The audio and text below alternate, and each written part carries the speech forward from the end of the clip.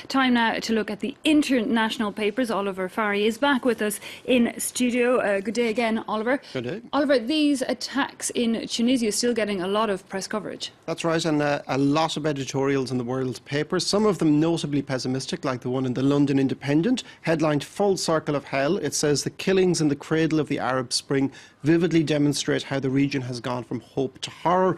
The attack is all the more shocking, it says, because Tunisia has been the standard bearer in the region for a successful recent conversion to democracy. The Guardian is a bit more optimistic. It calls on the international community to offer its support to Tunisia, which badly needs it.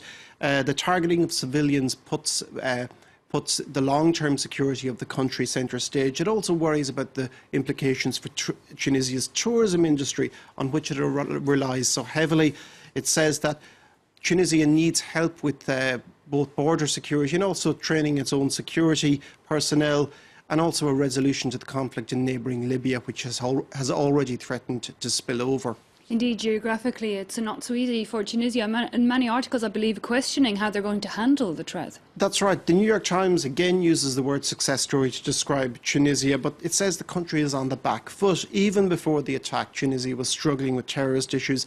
It says an estimated 3,000 Tunisians have gone to join jihad in Libya and Syria, and that's actually a conservative figure compared to some of the others that have been mentioned. The country still lacks jobs, foreign investment and trade to put it on a firm footing.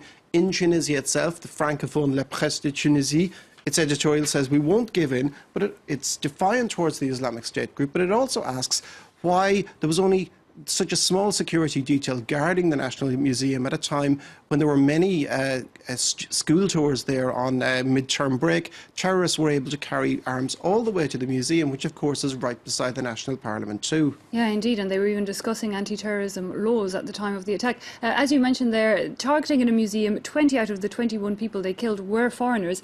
The attack undoubtedly going to affect tourism. That's right. The Tunisian paper Le Temps is very worried about this, saying that the attack could not have come as a worse time, that the economy is struggling to get itself back up and running. Exports have just started to rise, bank liquidity is improving, but now the tourism industry is already weakened, is once again threatened.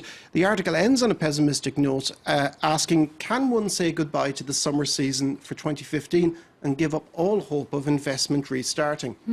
Well, turning now to the Israeli elections, we saw that very convincing win of Israeli Prime Minister Benjamin Netanyahu getting his fourth term in office, not a result that had America overjoyed. Yes, and the Israeli Prime Minister has tried to backtrack over comments he made during the campaign where he seemed to rule out a Palestinian state.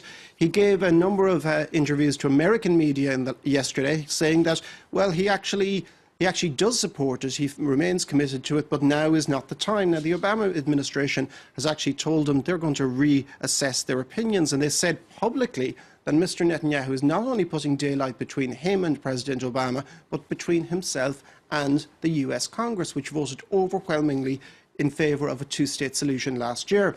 In Haaretz, the Israeli daily, Gershom Greenberg says the election campaign dealt a body blow to Israeli democracy. Netanyahu's comments on Arab voters, which implied they were a fifth column threatening the country.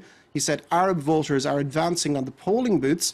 Greenberg says this shows the green line is the border where Arabs can't vote, referring to West Bank Palestinians, and where they shouldn't vote, referring to Israeli Arabs. OK, Oliver, very quickly, it hasn't happened since 1999. I imagine this solar eclipse getting a lot of coverage as well. Yeah, the Financial Times says the UK's electricity suppliers are keeping an eye on what might happen in the 90 minutes or so when the eclipse will be in operation.